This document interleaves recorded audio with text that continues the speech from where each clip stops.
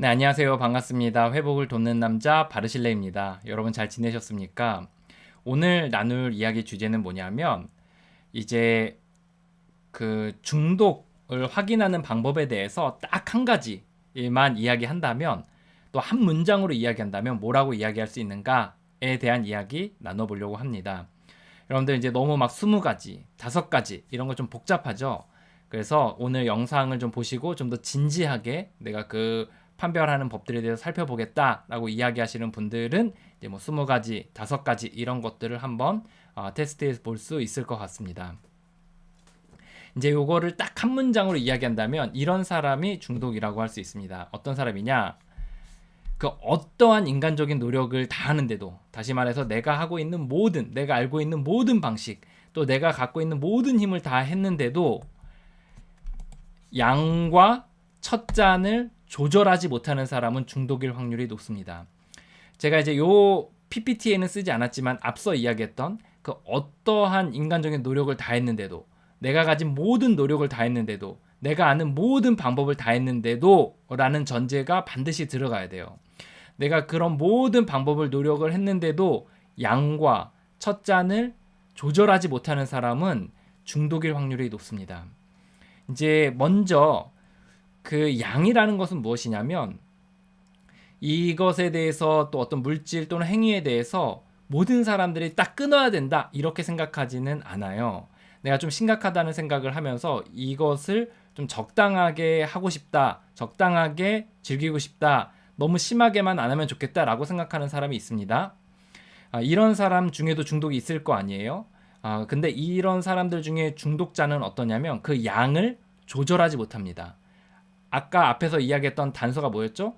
그 어떠한 인간적인 노력을 다해도 그 양을 조절을 못하는 거예요. 예를 들어 이런 거죠.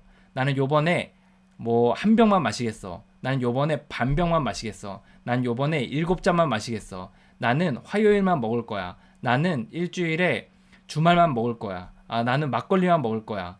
나는 막걸리를 한 사발만 먹을 거야. 나는 사람들하고 함께 있을 때만 먹을 거야. 뭐 이런 식으로 해서 그 양을 조절하려고 하는 사람들이 있습니다.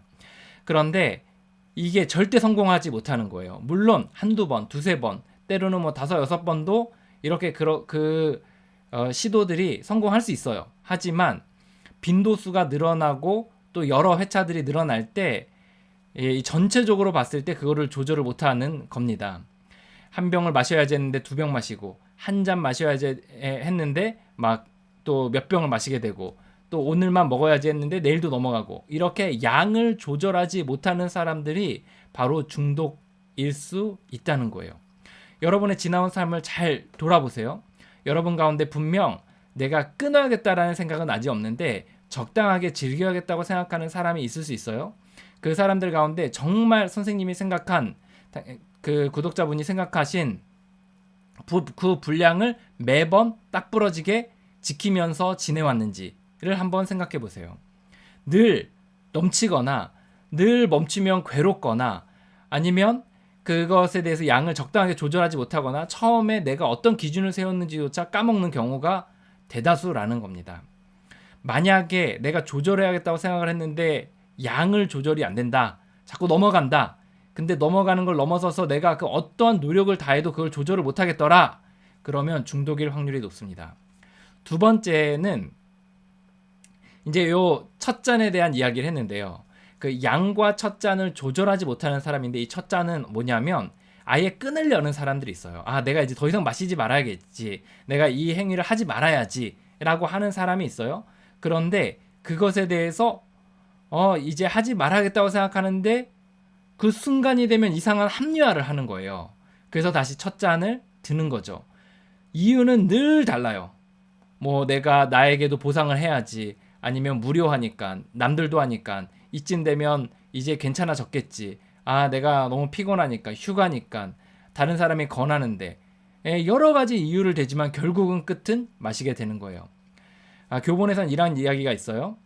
이 순간이 됐을 때 또는 마시기 직전에 자신이 마시지 말아야 될 수많은 이유들을 한꺼번에 다 밀어내고 정말 말도 안 되는 이유를 들어서 마시게 되더라. 이것이 바로 중독자의 정신이다. 라는 이야기를 하거든요. 그뿐만 아니라 이 첫 잔 마시지 말아야 되는 이 첫 잔 앞에 때로는 머리가 멍해지거나 휑해져서 나도 모르는 사이에 마시게 되는 경우들이 있어요. 종종 그런 사람들 경험담을 들어본 적이 있거든요. 편의점에 들어갔는데 나는 분명히 술을 사려고 했던 게 아닌데 어느새 내가 술을 집어가지고 카운터에 가고 있더라 라고 이야기를 하는 거예요. 이게 굉장히 비합리적으로 보이고 과장처럼 보이지만 실제로 이런 일이 벌어지곤 합니다. 그게 무슨 머리가 멍해지고 머리가 완전히 이상한 그 환상 속에서 그렇게 하는 게 아니라 자기도 모르게 그 순간에 그것을 집어들고 또 카운터로 가서 계산하게 되는 일들이 마치 습관처럼 이뤄지게 된다는 겁니다. 이런 거랑 비슷해요. 내가 뭔가 이제 그 담배를 피지 말아야겠다고 생각했는데 담배를 피거나 아니면 내가 뭐 단 거를 먹지 말아야겠다고 생각했는데 집에 있는 단 거를 어느새 먹고 있거나 이런 거랑 굉장히 유사합니다. 나도 모르는 사이에 그걸 하게 되는 겁니다. 다시 말해서 끊고자 하는데 첫 잔을 결국 들게 되는 사람. 여기 아까 단서가 뭐라고 했죠? 그 어떠한 인간적인 노력을 다해도 내가 가진 모든 방법을 다 동원해도 내가 정말 최선을 노력을 다해서 끊어보려고 했는데도 결국 첫 잔을 들게 되는 사람. 다시 말해 첫 잔을 조절하지 못하는 사람이 바로 중독입니다. 한 문장으로 요약하라면 이렇게 요약할 수 있어요. 오늘 전 풀 문장으로 다 쓰진 않았지만 그 어떠한 인간적인 노력을 다해도 양과 첫 잔을 조절하지 못하는 사람은 중독일 확률이 매우 높습니다.